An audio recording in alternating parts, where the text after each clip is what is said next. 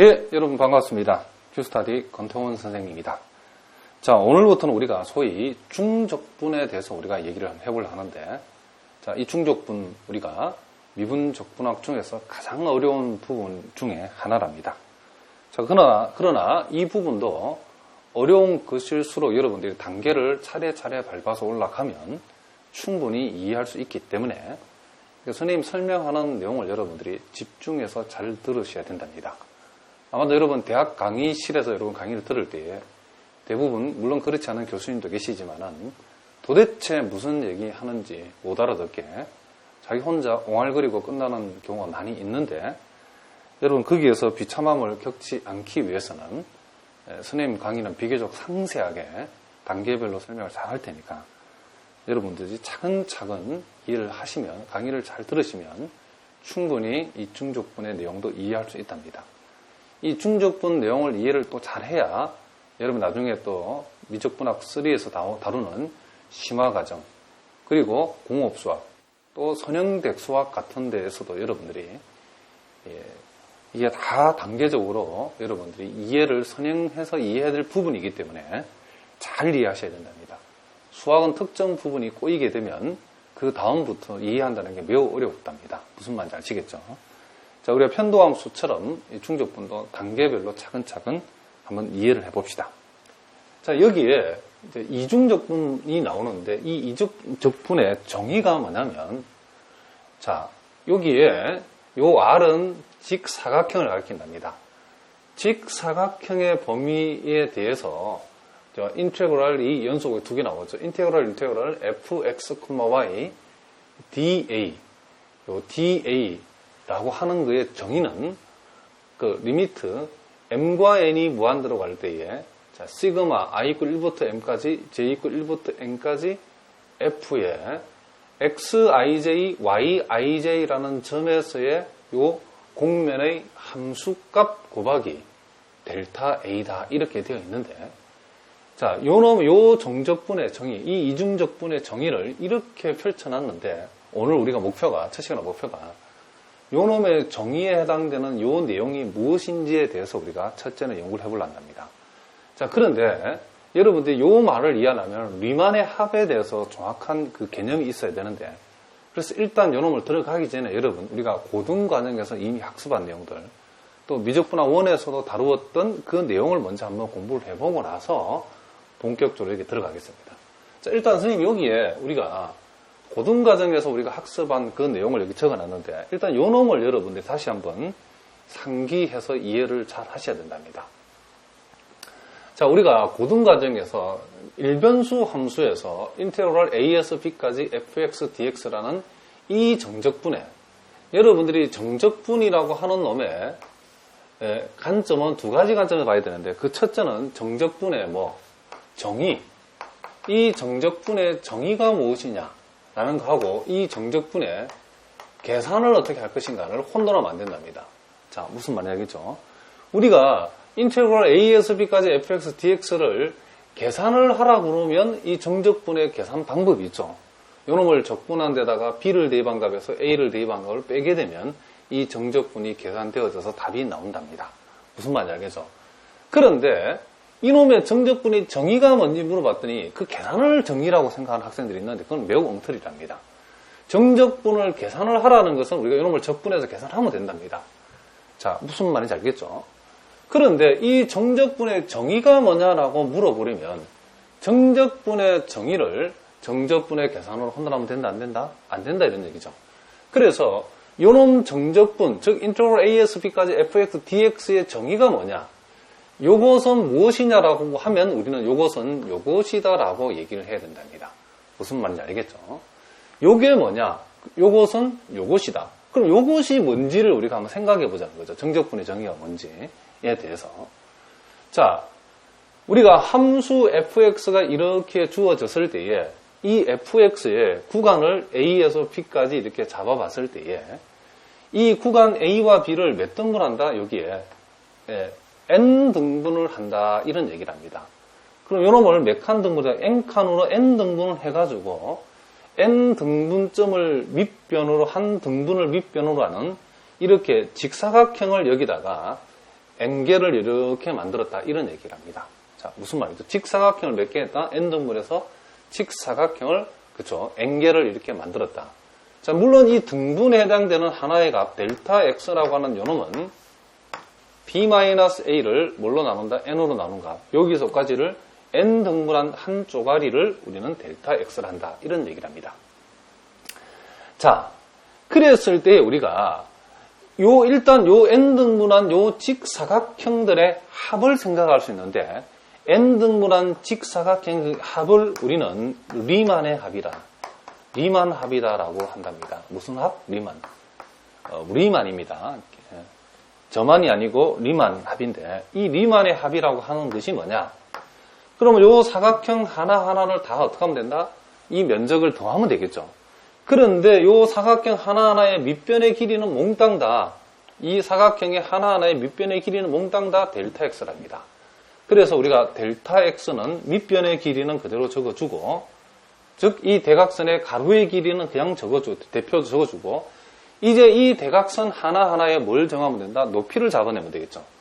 그런데 선생님이 요 직사각형을 보통 우리 고등과정에서는 요 안쪽에 이렇게 내접대도로 잘라도 되고, 밖으로 이렇게 외접대도로, 즉 요놈을 대입했을 때 함수값이 되거나, 또는 요놈을 대입했을 때에 그쵸, 이 직사각형에 대응하는 소위 세로의 길이에 해당되는 함수값을 만들었던 것이 우리 고등과정에 한 얘기라 그러면, 이놈을 꼭, 그쵸, 요놈을 대입했을 때 요 사각형의 높이를, 즉 이 사각형의 세로의 길이를 만들어주거나, 혹은 요놈을 대입했을 때 그놈이 요 사각형의 세로의 길이를 꼭 만들라 할 필요는 있다 없다? 없다 그랬죠.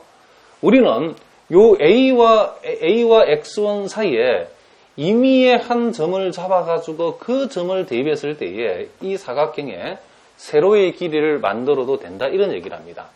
자, 그렇게 했을 때에 요 임의의 점, 요 임의의 A와 X1 사이에 이 함수에 대응하는 어떤 점, 이게 중점일란지, 그쵸? 적당히 내분한 점인지, 또 경우에 따라서는 이 점이 A가 될 수도 있고, 경우에 따라 이 점이 X번이 될 수도 있답니다. 요 점을 우리가 편의상 여기다가 눈표를 붙여서 X1, 첫 번째 사각형의 임의의 X값이다라고 합시다. 알겠죠? 요 안에, A와 X1 안에 사이에 있는 임의의 X값. 그러면 요 X값을 대입한 요 놈이 여기서까지 길이가 바로 F, 첫 번째 사각형의 임의의 X에 대한 무슨 값이다? 함수값이다. 그런 얘기죠. 자, 이해가 되시죠? 그 놈이 바로 이 직사각형의 세로의 길이랍니다. 이렇게. 자, 같은 방법으로 보면 이 두 번째 직사각형의 임의의 점을 우리가 X2 눈표라고 하면 그 놈의 함수값이 바로 이 직사각형의 두 번째, 자, 요 길이가 바로 이 직사각형의 두 번째 직사각형의 세로의 길이랍니다. 자, 그러면 이와 같은 식으로 리만의 합을 쭉 적어보면 여기에 자, K번째에 있는 이 직사각형의 세로의 길이라는 것은 K번째의 임의의 X값을 K번째 사각형에 소속하는 K번째 직사각형에 속하는 요 임의의 점 X값을 fxk, 자, xk 눈표라고 했을 때 그놈의 함수값이 바로 여기서까지 길이가 이 사각형의 세로의 길이랍니다. 자, 요놈이 요런 식으로 해가지고, 그리고, 그쵸, 이 마지막 번째, 그쵸, 우리가 n등물 했으니까 이렇게 n번째, 그러니까 요 점의 좌표는 뭐가 된다? xn의 n번째 사각형의 임의 x값이랍니다. 그놈의 함수값은 xn 눈표, 이렇게 우리가 적어줄 수 있다. 이런 얘기를 합니다. 이렇게. 자, 이해가 되시죠? 여러분들이 이 일변수 함수에서 여러분들이 정확하게 이해해야 된다. 그래야만이 여러분 이변수 함수에서 이해할 수 있답니다. 그럼 이 리만의 합을 선생님이 간단하게 정리정돈을 해보면 결국 요놈은 델타 x는 다 공통이고 요놈이 시그마로 요놈을 표시할 수 있죠. 어떻게 표시할 수 있냐면 k 이꼴 1부터 어디까지? n까지 f의 xk의 눈표, 자, 곱하기 델타 x는 다 공통이다라고 했죠. 이렇게 적을 수 있답니다. 그러면 우리가 이제 이 직사각형을 n등분한 게 바로 리만의 합인데 n등분한 직사각형 합이 요게 나와 있는데 요놈이 뭐예요? 그렇죠? 요놈이 바로 직사각형 합, 바로 이 리만의 합이라는 것을 우리가 알 수 있답니다. 그런데 여기에서 n을 무한대로 보내버리면 이제 A와 B 사이에 이와 같은 직사각형을 n개를 만드는 것이 아니고 요놈이 n개의 직사각형 합이 있는데 n이 무한대로 가버리면 요놈은 거의 무한개의 직사각형 합이다. 이 n등분한 n개의 직사각형 합, 이 리만의 합의 극한을 취해버리면 이제는 A와 B 사이에 이와 같은 직사각형을 100만 개, 1000만 개, 억만 개, 어마어마하게 많게 무수히 많은 직사각형을 만들어버리면 우리가 사실상 지금 요렇게 그죠? 구간 A와 B 사이와 함수, 그죠? fx로 둘러싸인 이 부분에 만약에 fx가 이 x축 위쪽에, 즉 만약에 fx가 양수인 부분에서 이 정적분을 정의하게 되면 사실상 요 곡선하고 요 A와 B 사이와 x축하고 갇힌 이 부분에 뭐처럼 양수일 때는 거의 넓이인 것처럼 보인다 이런 얘기죠. 그러니까 직사각형이 이렇게 선생님처럼 큼직큼직하게 만들었을 때는 실제 넓이하고 요 부분만큼 오차가 생기지만은 요런 부분만큼 뭐가 생긴다? 오차가 생기지만은 이 직사각형을 무한개를 여기다 무한등분 직사각형의 무한개의 합으로 표시를 하게 되면 직사각형이 이렇게 큰 것이 아니고 우리 눈에 거의 그쵸? 거의 선처럼 보이기 때문에 그놈들을 다 총합을 내게 되면 요놈의 의미는 결국 함수 fx에 대해서 a에서 b까지 잘려진 부분에 뭐가 된다? 마치 이게 양일 때는 면적인 것처럼 보이죠. 그러죠? 무슨 말인지 알겠죠? 그래서 여러분들이 정적분의 정의라는 것을 반드시 알아야 되는데 인테그랄 a에서 b까지 fx dx라고 하는 것은 함수 fx의 구간 a에서 b 사이에 리만의 합을 n개의 직사각형의 합을 구해가지고 그놈의 극한값을 낸 것을 이렇게 표현하자 이렇게 얘기했답니다. 무슨 말인지 알겠죠? 그러니까 이 정적분의 정의가 뭐냐라고 물어보면 그냥 인테그랄 a에서 b까지 fx를 적분한 건데요 라고 얘기하면 그거는 개똥이랍니다. 그거는 적분을 완전히 엉터리 배운 사람이랍니다. 요놈의 여러분 정의를 모르고는 이제 여러분 이중적분, 삼중적분 한 발짝도 나갈 수 없답니다. 우리가 일변수 함수에서 요놈의 정의를 여러분 반드시 알아야 되는데 그게 뭐냐라고 하면 이놈을 두고 이게 뭐니라면 얘는 얘다라고 해야 된답니다. 그럼 얘는 뭔데? 요놈 함수 fx의 구간 a에서 b 사이를 몇 등분 했을 때 n등분 해가지고 n개의 직사각형으로 그 넓이를 분할해서 합을 낸 것이다. 근데 그 리만의 합을 구한 그 합의 극한값을 요놈이라고 얘기한다. 그러면 사실상 a에서 b까지 함수 fx로 둘러싸인 부분에 넓이라고 얘기를 해도 된다 이런 얘기를 합니다. 다만 이 정적분하고 실제 넓이하고 차이는 정적분은 함수가 x축 아래로 갔을 때도 이런 경우가 생기기 때문에 x축 아래로 가게 되면 요 모든 함수값이 다 음수로 나타나기 때문에 fx 값이 요 값이 항상 음수로 나타나기 때문에 이 정적분 값은 x축 아래 부분으로 가면 마이너스가 될 수도 있답니다. 그래서 여러분이 정적분을 이해하실 때는 넓이라고 하면 사실은 정확하지는 않답니다. 부호가 있는 넓이라고 정적분의 정의를 이해해버리면 된답니다. 그러니까 정적분은 넓이는 항상 양이지만 정적분은 양이 될 수도 있고 음이 될 수도 있다는 걸 여러분 잊어버리면 안 되겠죠. 그러나 우리가 일단 이해를 할 때는 면적이라는 관점에서 이해해도 부호가 있는 면적이라고 이해하는 게 제일 편하답니다. 어쨌든 fx가 양수인 상태에서 a에서 b까지 fx 정적분이라는 것은 구간 a와 구간 b 사이를 n등분해서 n개의 정사각형 합을 내게 되면 그게 바로 리만의 합인데 그 리만의 합의 무슨 값이다? 극한값을 낸 것이 바로 인테그랄 a에서 b까지 fx dx 정적분 값이다. 이런 얘기를 합니다. 그러면 여러분들이 생각을 해봐야 되는 게 극한이 발견되기 전에 예를 들어서 이와 같은 땅을 가진 사람이 넓이는 어떻게 계산할 것인가? 바로 이 리만의 합의 형태로 계산했답니다. 그런데 극한이 도입되면서 이게 사실상 이놈이 거의 실제 면적에 가까운 이놈의 넓이로 계산되어졌다. 이런 얘기죠. 그런데 우리가 이 정적분 값을 계산하기 위해서 일일이 이놈의 이 수열의 합을 구하고 그 합의 극한값인 무한급수를 구해서 계산하려면 매우 번거롭기 때문에 미적분학이 발전을 되면서 이 정적분을 계산하고 있는 공식, 이미 여러분들이 알고 있는 요 f 스몰 fx를 정적분한 값을 라지 fx라고 그러면 실제 우리가 요놈을 계산할 때는 우리가 요렇게 계산해서 요렇게 바로 계산해버리죠. 그렇죠? 그런데 여러분 명심해야 될 것은 이놈을 이렇게 해서 정적분 이 계산하는 것이 우리가 수학적으로 발견된 게 그렇게 긴 역사가 아니랍니다. 그 이전 사람들은 어떻게 계산했는가? 바로 이렇게 일일이 하나씩 계산했답니다. 그래서 정적분의 계산이 발견되고부터는 이 정적분의 요놈의 정의를 요렇게 하고, 즉 요놈을 정적분으로 고쳐서 요놈을 요렇게 식으로 정적분의 계산으로 계산했답니다. 그래서 계산은 우리가 정적분의 계산법이 있으니 간단하게 계산되는데 요놈의 정의가 무엇이냐라고 얘기했을 때 여러분들이 리만 합의 극한값이다. N개의 직사각형 합의 무슨 값이다? 극한값이다라는 것을 여러분들이 정확하게 알고 있어야 된답니다. 여러분들이 이것만 정확하게 알면 우리가 이중적분, 삼중적분도 다 여러분들이 이해 가능할 수 있다. 이런 얘기를 합니다. 자, 무슨 말인지 알겠죠? 자, 선생님이 고등과정과 우리가 미적분하고 원에서 했던 내용을 다시 한번 상기를 시켰는데 여러분들이 이걸 잘 알아두시기 바랍니다.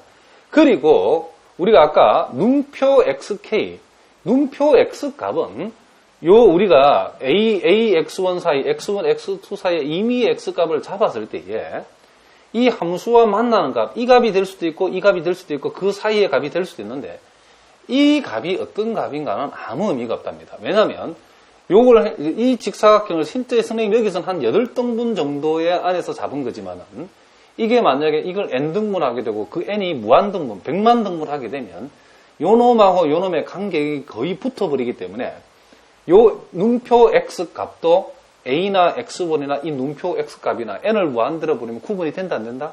거의 안 되는 하나의 값이 극한적으로 되어버리기 때문에 요놈이 요 사이에 이 a에 가까운가 a가 되어버리는가 x1에 가까운가 x1이 혹시 되어버리는가 이런 것은 수학적 의미가 있다 없다? 극한을 취해버리면 의미가 없다. 자, 이것도 여러분들이 명심하시기 바랍니다. 이런 거 하나하나 여러분 잘 안 들어놓으시면 미적분학 공부를 여러분 하시면 중적분 공부하다 보면 처음부터 끝까지 질문거리랍니다. 아시겠죠? 이건 설명을 잘 들으시고 선생님 나중에 또 이런 걸 또 질문하는 학생이 없기를 바랍니다. 그래도 몰라하면 모르면 또 질문해야지 어쩔 수 없죠. 그러나 가능하면 이 정도는 선생님이 얘기 설명을 잘 들으시고 정신 바짝 차리고 조는 학생들이 있는데 여러분 정신 바짝 차려야 된답니다. 자, 그러면 이제 우리가 비로소 이제 이 중적분의 내용, 이중적분 정의를 우리가 한번 들어가도록 하겠습니다. 자, 여기에, 자, 여러분들이, 자, 그러면 이중적분이라는 것을 우리가 다시 한번, 자, 이걸 한번 상기해 봅시다. 왜 이중적분인가? 왜 중적분인가? 이게 이제 적분이 이제 2개 이상 이렇게 겹쳐 있기 때문에 중적분이 합니다. 자, 인테그랄 2개나 붙어 있는 요놈의 수학적 정의가 지금 요놈이다라고 얘기를 했는데, 요놈. 자, 요놈이라고 얘기했는데, 자, 요놈의 수학적 정의가 요놈이라고 그랬는데, 도대체 요놈이 무엇을 얘기하는지를 이제 우리는 어떻게 해야 된다? 자, 분석해 내야 된다. 이런 얘기를 합니다. 자, 그러면 여러분들이, 자, 공간좌표, 자, 요놈 X축, 자, 요놈 Y축, 자, 요놈 Z축이 이렇게 있답니다. 그리고, 자, 요렇게 생겨먹은, 자, 선생님이 이 어떤 공면의 일부를 보여주고 있답니다. 공면을 요렇게 싹 자르고, 요렇게 싹 자르고, 요렇게 싹 자르고, 요렇게 싹 잘랐답니다. 자, Z 이퀄 F, 자, X, Y라는 이런 공면이 있답니다. 자, 이 공면을 여러분들이, 이 공면이 이 잘린 부분을 XY 평면에 정사형을 시키면 이 XY 평면에 뭐가 생긴다? 자, 이와 같이 뭐가 생긴다? 자, 그렇죠. 이렇게. 직사각형이 생기도록 이 공면을 잘랐답니다. 이 공면의 정사형이 바로 요 라지 R, 요 놈이 지금 직사각형인 라지 R이라고 선생님이 얘기를 했답니다. 그래서 요 공면을 일부 자른, 그죠, 공면을 자른 이 정사형이 직사각형이다라고 했을 때에 이 직사각형의 X 범위가 A에서 B까지, 직사각형의 Y 범위가 C에서 D까지라고 했을 때에 요 직사각형 라지아를 밑면으로 하면서 이 밑면으로 하면서 요 공면하고 요를 밑면으로 하고 요렇게 세운 입체 보이시죠? 요 입체. 그쵸? 밑면은 요 직사각형 R. 그쵸? 위쪽 면은 이 공면의 일부인 요, 그쵸? 요 공면을 하고, 그쵸? 요렇게 만들어진 요 입체에 우리가 뭘 구하라? 부피를 우리가 생각해 보라. 그러면 그 부피가 결론부터 얘기하면 요놈이다. 요놈. 무슨 말이죠? 부피가 요놈. 응? 정확하게 말하면 그 부피의 극한값이랍니다. 이 극한값이 바로 이중적분이랍니다. 그러면 요놈의 부피의 극한값을 우리가 이렇게 표현했는데 왜 이렇게 표현되는가? 그것을 우리가 한번 이 식을 우리가 한번 표시를 해보겠다. 그런 얘기를 합니다. 그러면 여러분들이 그럼 요와 같은 부피를 어떻게 구할 것인가 하는데 여러분 교재에 지금 여러분들이 그림을 두 페이지를 동시에 보고 선생님 설명을 들어야 되는데 441페이지는 첫 페이지하고 442번 두 번째 페이지를 여러분 동시에 여러분 보셔야 된답니다. 그림을. 자, 그 442쪽에 보니까 선생님이 지금 요것을 밑면으로 하는, 그쵸? 요 밑면으로 하고 있는 442쪽 그림을 보니까 요걸 밑면으로 해가지고 요 밑면을, 그쵸? 밑면에다가 밑면을 n등분 해가지고, 그쵸? 거기다가 n개의, 그쵸? m등분, n등분해서 요놈을 m등분, 요놈을 n등분 했답니다. 자, 가로를 m등분, 세로를 n등분. 자, 이렇게 해가지고 그 등분해가지고, 그쵸? 이와 같은 정사각형을 밑면에다가 무수히 여기다 많이 분할해서 만들어가지고 거기에서 정사각 기둥을 이렇게 세웠답니다. 기둥을. 정사각 기둥을 세우게 되면 이 공면과 접촉하는 그 점까지를 높이로 잡는 그런 직사각 기둥을, 정사각 기둥을 이렇게 쭉쭉쭉 세운 게 바로 442페이지 그림입니다. 그러면 그와 같이 생긴 정사각 기둥들의 부피의 합이 바로 뭐냐면 바로 리만의 합이, 여기서 말하는 리만의 합.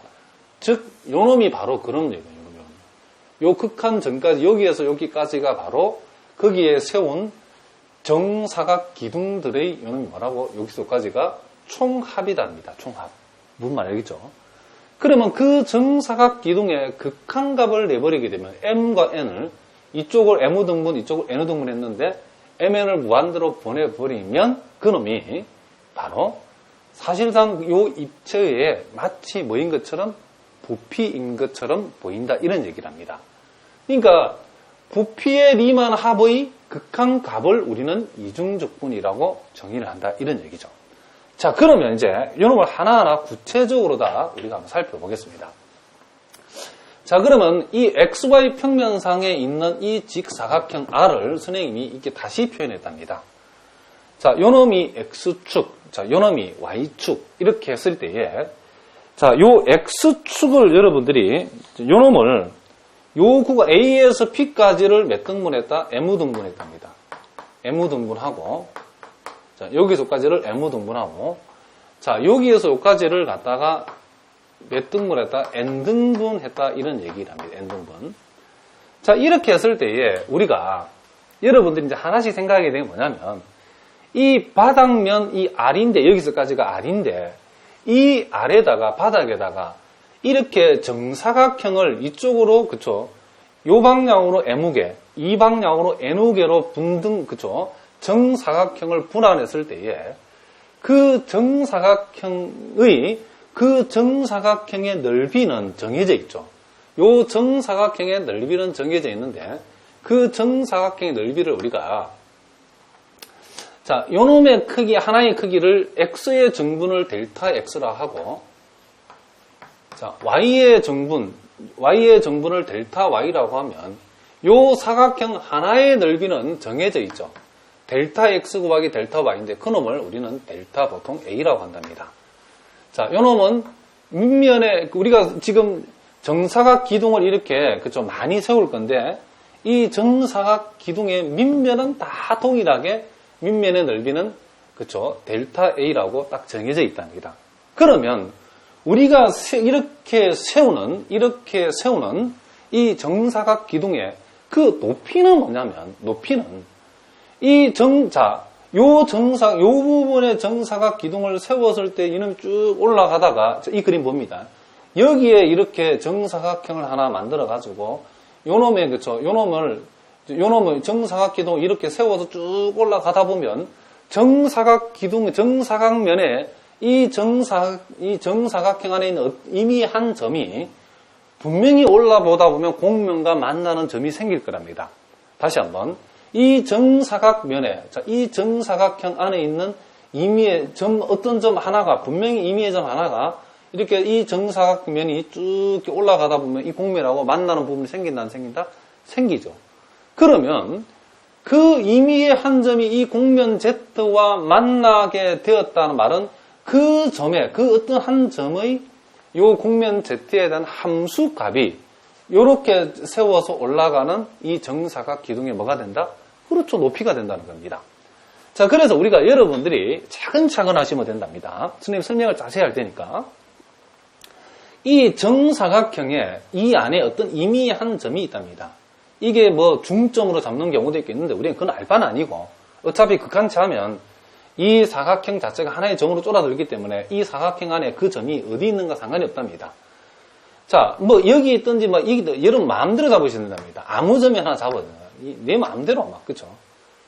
이렇게 임의의 한 점을 잡아서 그 점을 곡면에 대입한 함수값이 여기에서 올라가는 정사각 기둥에 뭐가 된다? 그렇죠. 높이가 된다는 걸 여러분 아셔야 된답니다. 지금 선생님이 굉장히 지금 자세하게 설명하고 있는데 여러분 저의 설명을 듣고 이해 못하면 여러분 가망 없답니다. 대체로 여러분 강의실 가보면 그냥 옹알거리다 그냥 딱 지나가 버리기 때문에 여러분 절대로 교수님들은 여러분 이해 안 시켜준답니다. 그게 바로 이해를 안 시켜준다. 그게 교수의 특징이랍니다. 이해를 시키는 것은 선생님처럼 강사고, 그렇죠? 이렇게 미분적분학을 강의하는 강사고 이해를 안 시키는 게 교수입니다. 아시겠죠? 그러니까 여러분 교수님한테 수업을 듣고 이해를 바란다는 것은 차라리 하늘에 별을 따는 게 더 쉽답니다. 무슨 말인지 알겠죠? 그러니까 근태원 선생 수업을 듣고 이해 못한다. 가망 없답니다. 뭔 말인지 알겠죠? 그러니까 선생님보다 자세하게 설명하는 사람이 우리나라 전 세계 통틀어도 없기 때문에 그러니까 졸지 말고 정신 바짝 차리고 선생님 얘기를 잘 들으라 얘기는 합니다. 자, 무슨 말 알겠죠?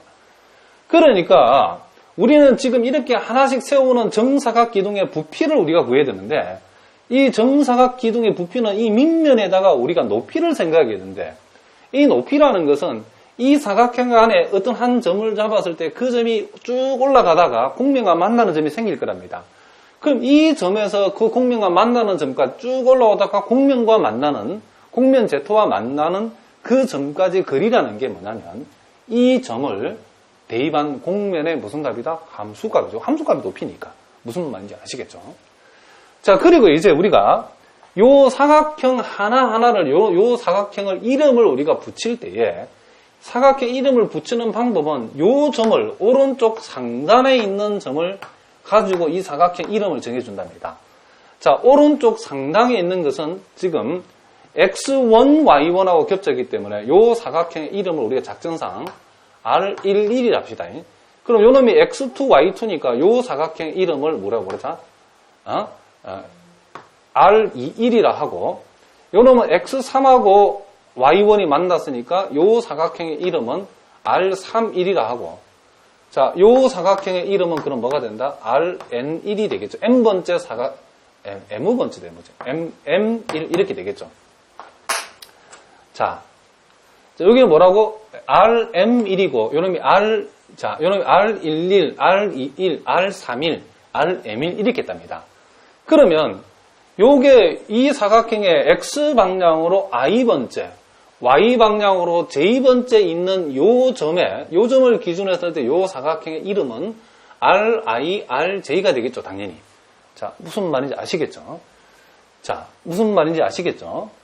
자, 요렇게 했을 때에 우리가 그러면 각각의 사각형에 들어있는 임의의 점, 쭉 올라가다 곡면과 만나게 되는 임의의 점들을 잡아서 요 첫 번째 사각형의 임의의 점, 요 점을 우리가 이렇게 표현해 봅시다. 요 첫 번째 사각형에 올라가다 곡면과 만나게 되는 점을 우리는 눈표를 붙여가지고 자, x의 11에 있는 y값, 자, x의 11에 R11에 있는 이 점을 X11, Y11, 이게 X, Y인데 X에다가 이제 구분해주기 위해서 11을 붙이고 Y에다 11을 붙였는데 요 사각형 안에 있는 눈표를 붙여가지고 이게 무슨 점이다? 임의의 점이다.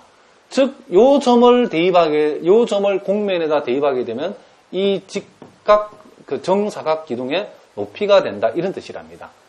그러면 요 놈은 뭐가 될 것이요? 요 놈은 당연히, 요 놈의 이름은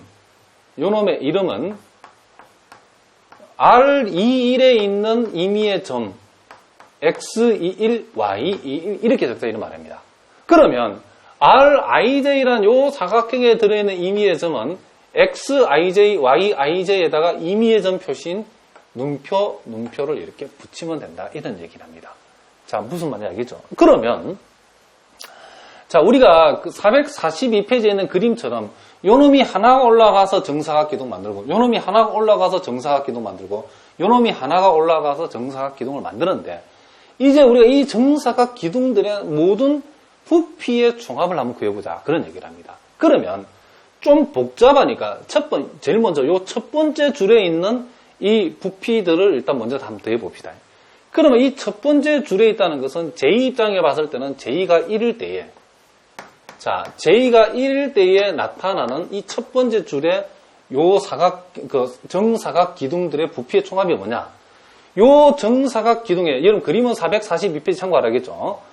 요 놈들의 부피의 총합, 요 놈을 밑뷰로 하는 부피들의 총합이라고 하는 것은 그 밑면에 해당되는 것은 밑면은 모두 동일하게 뭐니까 델타 A가 되니까 요 놈은 그냥 델타 A라고 적으면 밑면은 다 공통이고 이제 그 정사각 기둥 하나하나에 뭘 적으면 된다? 높이를 적으면 되는데 요 임의의 점, 눈표 각 사각형의 눈표점, 눈표점의 눈표점을 함수 Z에 대해, Z 이퀄 fxy에 대입한, 즉, 11, 첫 번째 사각형, R11에 들어있는 임의의 점을 대입한 함수값이 바로 첫 번째 요 정사각 기둥의 뭐가 된다? 높이랍니다.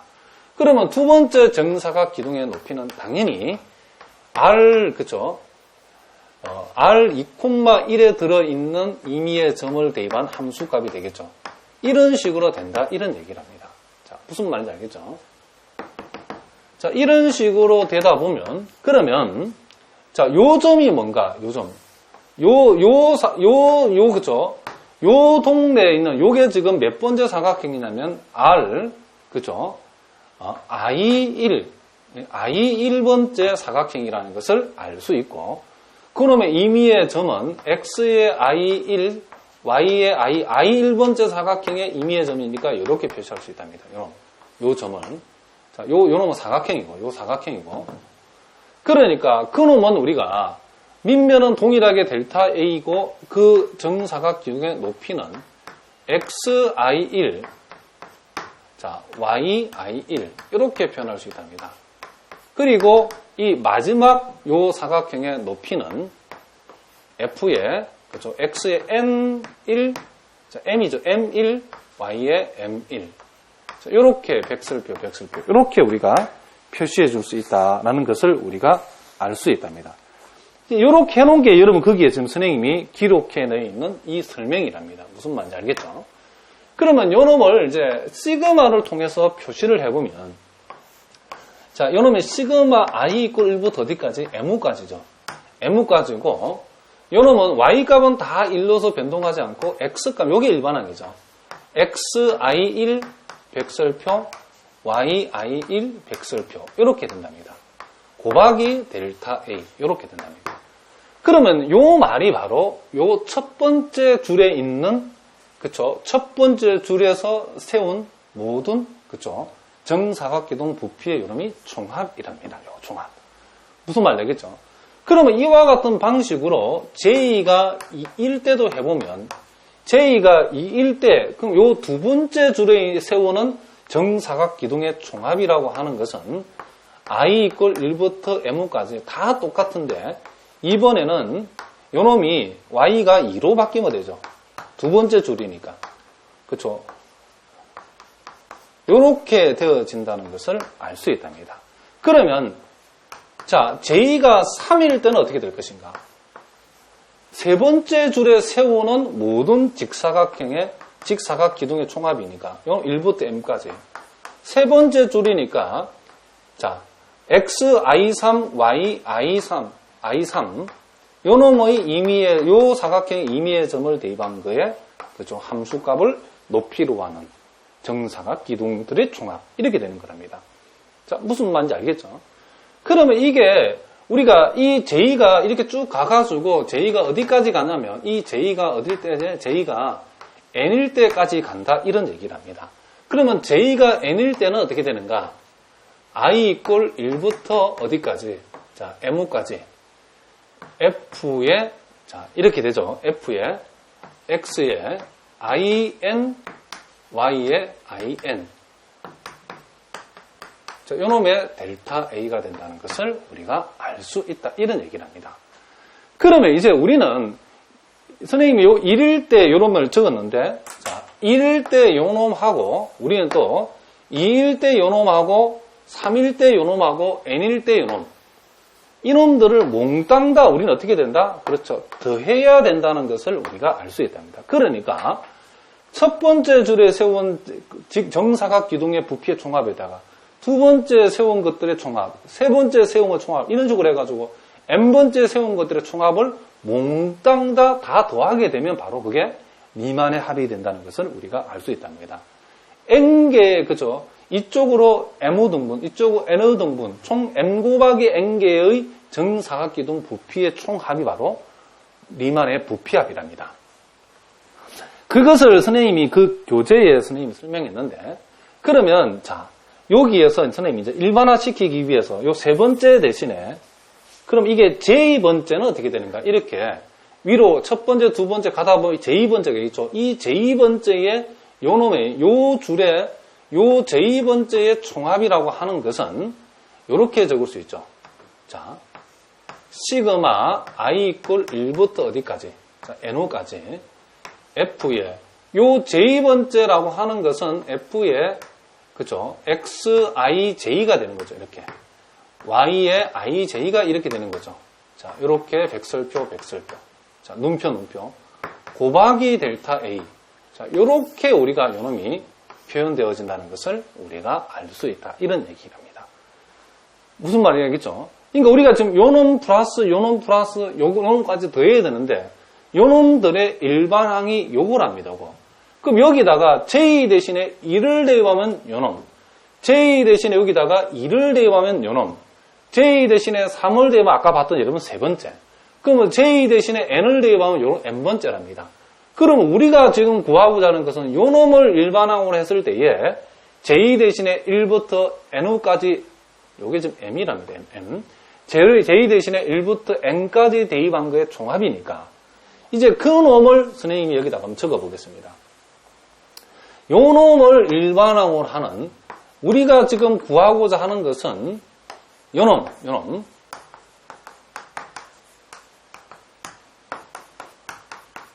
자, 요 놈에다가 j 대신에 1부터 n까지 대입한 거의 합이니까 무엇을 대입해서 합한다는 것은 시그마죠. j 대신에 1부터 n까지 대입해서 요 놈에다가 j 대신에 1부터 n까지 대입한 거의 총합이 바로 이 우리가 이렇게 세워나가는 정사각 기둥들의 모든 합이랍니다. 그런데 우리가 요놈 두 개는 그쵸? 자리를 바꾸어도 되니까 보통 쓸 때에 i 이꼴 1부터 m까지 그리고 j 이꼴 1부터 n까지 f x ij 눈표 y ij 눈표에 델타 a 이렇게 표시한답니다. 자, 무슨 말인지 알겠죠? 그러니까 이 말은 이쪽으로 바닥면을 n등분하고 이쪽으로 n등분, m등분 해서 이렇게 정사각 기둥을 공면에 닿도록 세웠을 때에 그 정사각 기둥들의 뭐가 된다? 그쵸? 총합이 된다. 물론 선생님이 여기서 말하는 정사각 기둥은 그쵸? 다 밑면이 모두 동일하기 때문에 밑면이 다 델타 A가 된다. 이런 얘기를 합니다. 이렇게 세운 것이 바로 442페이지 그림 같은 거랍니다. 뭔 말인지 알겠죠? 그럼 이게 바로 리만의 합인데 이 리만의 합에 무슨 값을 내버리면 자 여기서까지가 바로 자 여기 봅니다. 그놈이 지금 선생님이 여기 설명한 거랍니다. 여기까지 이게 리만의 합이랍니다. 이게 무슨 말이겠죠? 그러니까 이놈은 이 바닥면에다가 n개의 바닥면을 n개의 정사각 자 m 곱하기 n 이쪽으로 m 등분 이쪽으로 n 등분 해가지고 이 바닥에다가 정사각형을 이렇게 적당히 이렇게 분할해서 그래서 정사각 기둥을 세웠을 때에 그놈의 뭐가 된다? 중합이다. 그런 얘기를 합니다. 그런데 여기에서 이제 m과 n을 각각 무한대로 보내버리면 어떤 일이 벌어지는가? 그렇게 되면 이 정사각형이 매우 작아져가지고 하나의 그 점에 가까울 만큼 작게 만들어지기 때문에 사실상 이 공면에서 이 공면과 이 공면의 정사형이 이 XY 평면의 바닥면이 이 R하고 요 R을 밑면 이 공면을 위에 면으로 하는 이런 사실상 이 입체에 뭐가 된다? 극한을 취해버리면 그 부피가 되어버린다. 이런 얘기를 합니다. 자, 무슨 말인지 알겠죠?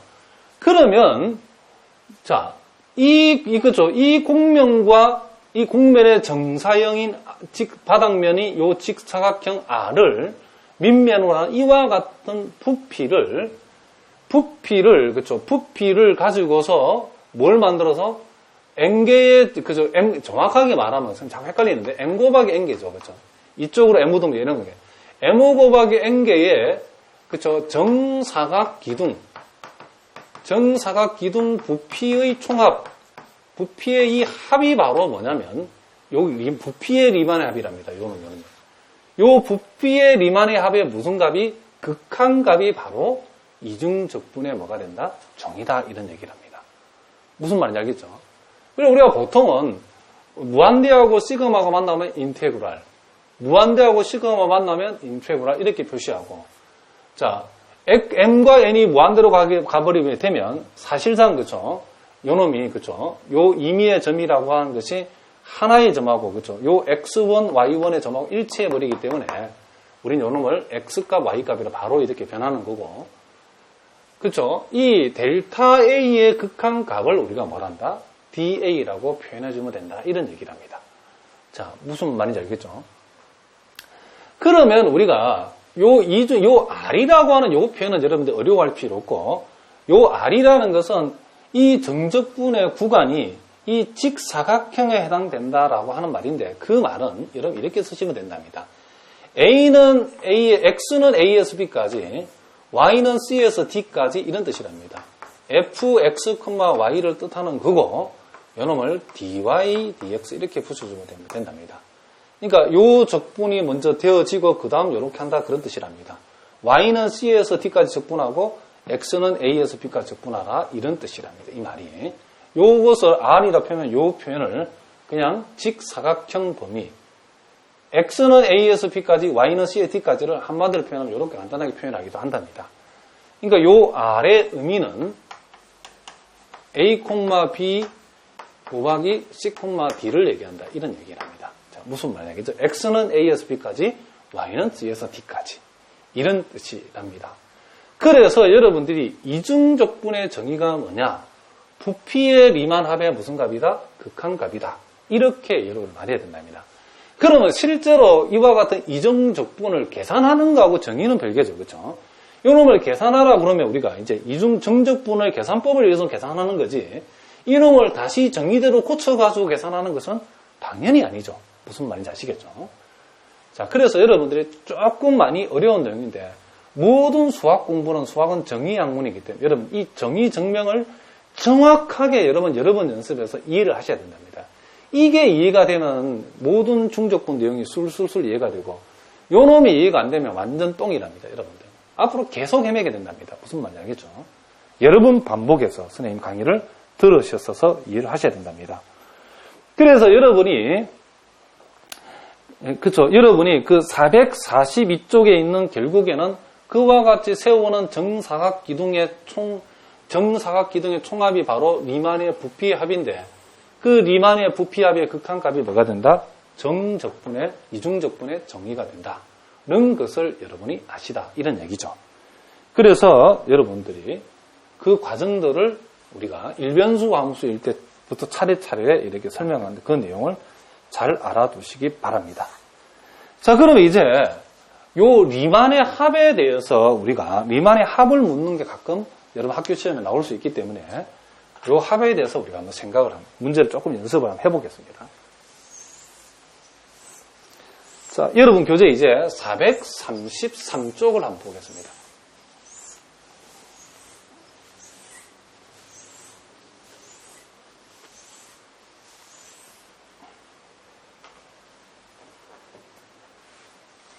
자, 거기 보니까 타원 포물면, 자, 타원 포물면 Z 이꼴 16-X제곱 마이너스 2Y제곱 아래에 있고, 직사각형의 범위가 0에서 2까지, X도 0에서 2까지, Y도 0에서 2까지 놓인 도형의 부피를 추정하는데, 그 바닥면의 사각형을 딱 4개만 만들어서 그 근사값을 한번 구해봐라 그랬고, 임의의 점은 오른쪽 모서리 점을 선택하라 그랬답니다. 자, 이걸 선생님이 예제 1번인데, 자, 요 놈은, 그죠? 이 공면에서 XY 평면의 정사형으로 떨어졌을 때 그게 직사각형인데, 그 직사각형이, 자, XY 평면만 선생님 그려보겠습니다. 이렇게 생겼답니다. X쪽으로 0에서 2까지, Y쪽으로도 0에서 2까지, 이렇게 생겼을 때, 이게 지금 아까 우리가 살펴본 정사각 기둥을 세울 때의 바닥면이랍니다. 그럼 이거는 이놈을 여기다가 정사각형을 딱 몇 개만 만들어라? 4개만 만들어야 했으니까 요 X를 2등분하고 Y를 갖다가 2등분만 해보라 그랬답니다. 그렇죠? 그래서 정사각 기둥 4개만 세워서 그놈의 합을 구해보라 그랬는데 요 첫 번째 사각형의 임의의 점을 오른쪽 상단에 있는 점, 모든 사각형의 임의의 점은 오른쪽 상단에 있는 점을 임의의 점으로 잡아라 그랬답니다. 자, 무슨 말인지 알겠죠? 자, 그러면 요 우리가 소위 말하는 델타 A라고 하는 것은 요 놈은 하나의 정사각 기둥의 이 밑면의 넓이는 요 놈이 1로 정해져 있죠. 다 1이고 이제 하나하나의 높이를 구해야 되는데 요 Z라고 하는 함수, 즉 fx, y라는 함수가 16-x의 제곱 마이너스 2y 제곱 이렇게 되어 있답니다. 그러면 우리가 요 안에 있는 임의의 점을 요 점을 잡아라 그랬으니까 요 점의 좌표가 1,1이고 요 점의 좌표는 2,1이고 요 점의 좌표는 1,2고 요 점의 좌표는 2,2가 되는데 첫 번째 거는 요 놈을 대입한 것이 함수값이 높이가 되고 두 번째는 2,1을 대입한 것을 함수로 값으로 잡고 세 번째는 자, 요놈 1,2를 대입한 것. 그 다음은 2,2를 대입한 것을 함수값으로 잡아라 그랬답니다. 그럼 여기에 1이 들어가 1이 들어가면 요놈이 뭐가 된다? 13이 되죠. 여기에 2가 들어가 1이 들어가면 여기 4하고 2를 빼니까 요놈이 뭐가 된다? 10이 되죠. 1,2가 들어가면 요놈 1이 되고 요놈이 뭐가 된다? 8이 되니까 9를 빼니까 요놈이 결국 7이 되는 거고 2가 들어가게 되면 여기 4가 되고 마이너스 이게 8이 되니까 마이너스 12를 빼니까 이놈이 아마도 4가 될 거랍니다. 그러면 우리는 밑면의 넓이는 다 1이니까 1 곱하기 높이가 첫 번째는 이놈이 13이고 두 번째는 1 곱하기 높이가 10이고 세 번째는 1 곱하기 높이가 7이고 네 번째는 1 곱하기 높이가 그러니까 요 사각형 높이가 4다 이런 얘기를 합니다. 요 놈이 바로 우리가 말하는 부피의 근사값이라는 것을 우리가 알 수 있죠. 그럼 이렇게 하면 23에다가 이놈이 11을 더하니까 이놈이 그렇죠? 30 뭐가 된다? 4가 된다는 것을 우리가 알 수 있답니다. 그러니까 이놈은 니만의 합에 해당되는 부분을 딱 사각형 두 개 이쪽으로 2등분 해서 한번 연습을 해보라 하는 그런 얘기입니다. 자, 무슨 말인지 알겠죠? 아주 간단한 내용이랍니다. 자, 그 다음 예제 2번 문제도 우리가 간단하니까 한번 풀어보겠습니다.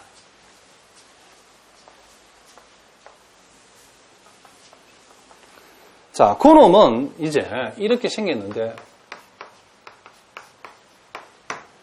자, 사각형이 즉 정적분의 x 범위가 마이너스 1에서 1까지고 y 범위는 마이너스 2에서 2까지다. 이렇게 주어지고 자, 요 사각형을 구간으로 해가지고 루트 1 빼기 x제곱의 da를 한번 계산해보라. 이랬답니다. 자, 무슨 말인지 알겠죠? 요 놈을 한번 계산해보라.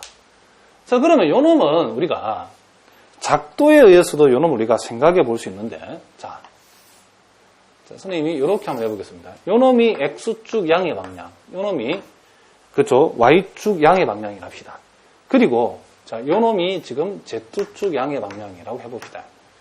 그러면 우리가 요 함수를 여러분들이 z라고 두게 되면 이 함수가 의미하는 바가 뭐냐면, 양변을 제곱해서 정리하면, 요 놈이 이 xz, 에서 중심이 x, 0,0으로 하는 반지름 1인 원인데, xyz 평면에서 이 z가 루트에 되겠으니까 그 원의 반원만 된다는 것을 알 수 있답니다. z가 양이죠.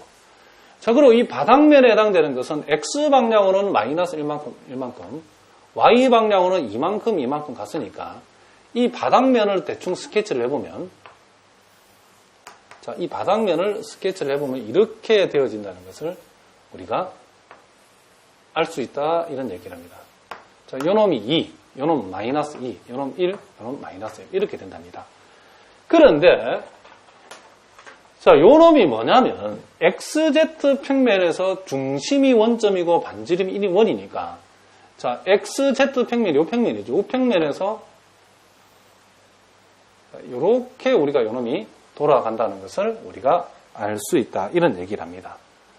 이 그림이 살짝 애매하긴 한데 여러분들이 요놈이 지금 1이란 1을, 그러면 요 면을 y값이 지금 y가 마이너스 2에서 2까지 요게 왔다 갔다 하니까, 자, 요놈을 대략적으로 요렇게 히뜩 이렇게 돌리면 되겠죠. 요렇게 지금 요놈이 연결이 된다고 이런 생각하시면 된답니다. 좀 그림이 매우 조금 그시기 한데, 다시 한번 이렇게 하면 좀 감이 안 오죠. 자, 조금 이렇게 좀 구라를 칩시다. 자, 요렇게.